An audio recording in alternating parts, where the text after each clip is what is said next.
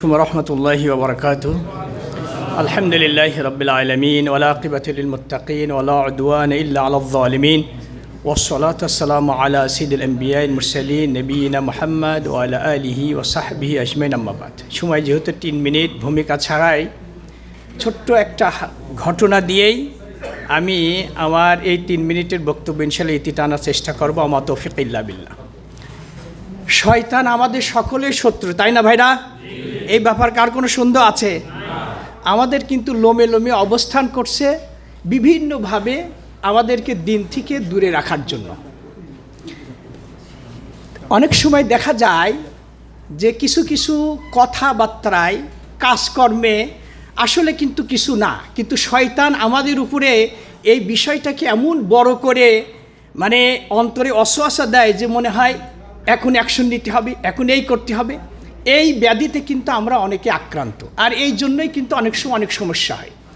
রাসূল আকরাম সাল্লাল্লাহু আলাইহি সাল্লাম তার বিবি সাফিয়া রাদিয়াল্লাহু তাআলা আনহাকে নিয়ে যাচ্ছেন রাত্রে, পূর্ণিমার রাত্রে। 2 সাহাবী বসে আছে রোডে।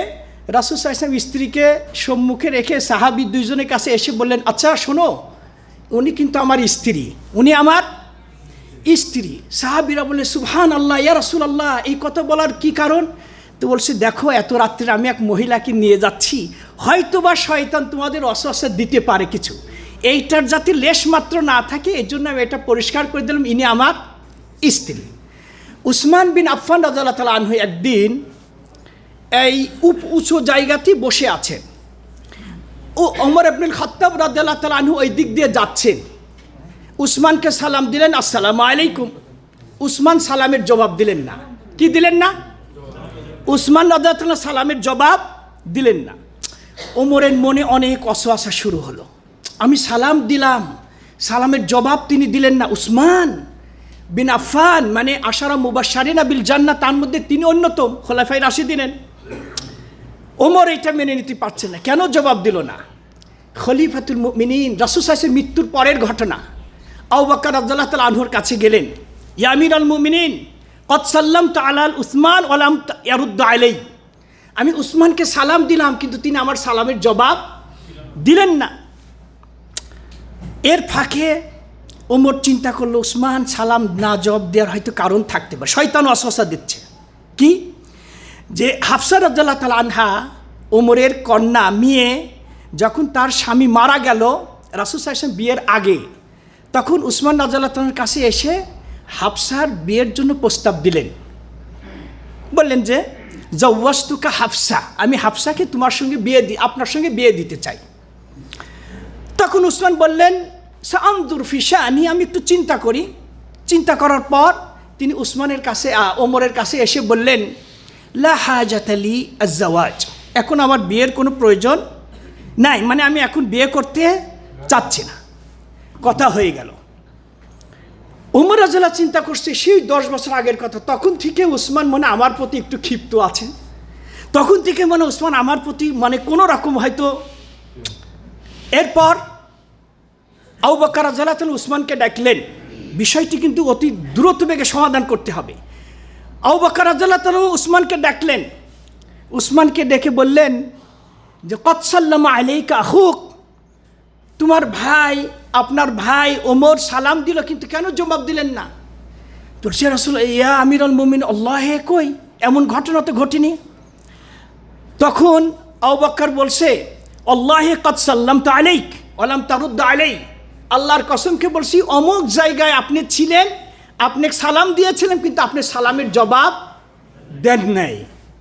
তখন উসমান বলছে, আল্লাহে কই, এমন তো ঘটনা ঘটেনি, আমার তো এর অসম্ভব এটা।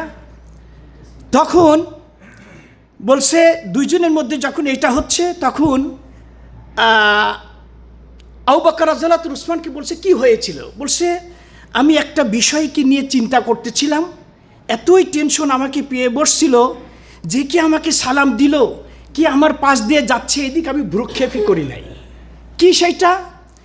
বলছে, আমি আফসোস করছি কি যে রাসূল সাল্লাল্লাহু আলাইহি ওয়াসাল্লাম মারা গেছেন, কিন্তু আমি একটা রাসূলকে প্রশ্ন জিজ্ঞাসা করতে চেয়েছিলাম, সেটা আর সুযোগ হয় না, আর তো রাসূলকে জিজ্ঞাসা করতে পারছি না। এই টেনশন আমাকে খুব পেয়ে বসেছে। বলছে সেই প্রশ্নটা কি আপনি বলুন।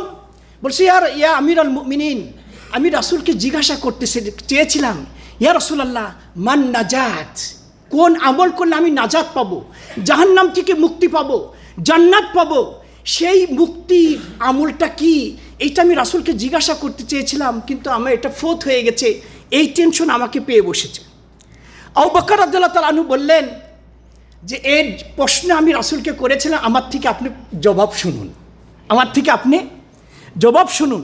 আমি রাসূল সাল্লাল্লাহু আলাইহি ওয়াসাল্লামকে সেম এই প্রশ্ন করেছিলাম।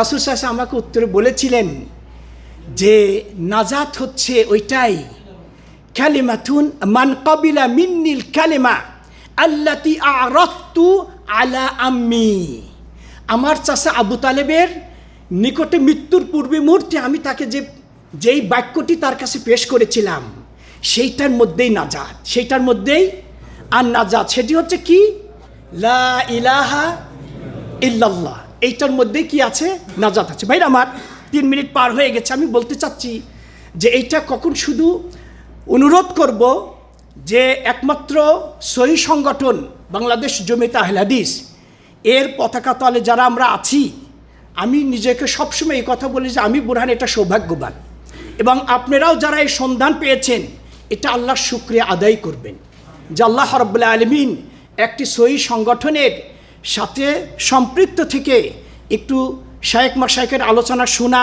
বুঝার, আমল করার, এটি বড় একটা নিয়ামত। এই জন্য ভাইদেরকে বলবো, এই রকম অসহায় যখন আমাদের মধ্যে কেউ দেয় তখন আমরা সেটা ভ্রুক্ষেপ না করে দয়া করে যদি কেউ অসহায় দিয়েই দেয় তাহলে নেতৃবৃন্দ যারা আছে তাদের নলেজে দেব, তাদেরকেও বলবো তাড়াতাড়ি যেন এটা সমাধান করে। কারণ রাসূল সাল্লাল্লাহু আলাইহি ওয়াসাল্লাম বলেছেন সবচেয়ে, আমি তোমাদেরকে এমন আমলের কথা বলবো না যে আমল একজন ব্যক্তি নামাজ, রোজা, সাদকার থেকেও সেটি প্রিয় উত্তম, সেটি হচ্ছে কি, ইসলাহু জাতি বেইন, মানুষের মধ্যে হচ্ছে ইসলাহ করা, সংশোধন করা, এইটা হচ্ছে এত বড় নেকি।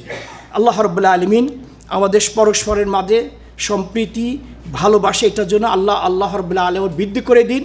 আল্লাহ রাব্বুল আলামিন সকলে সম্মিলিত মানে আমরা একই প্ল্যাটফর্মে থেকে যেন এই সহি সংগঠনের মানে দাওয়াতি প্রোগ্রাম, সাংগঠনিক কার্যক্রম আরও যেন ত্বরান্বিত বেগবান করতে পারি, এই তৌফিক আল্লাহর কাছে কামনা করে শেষ করছি।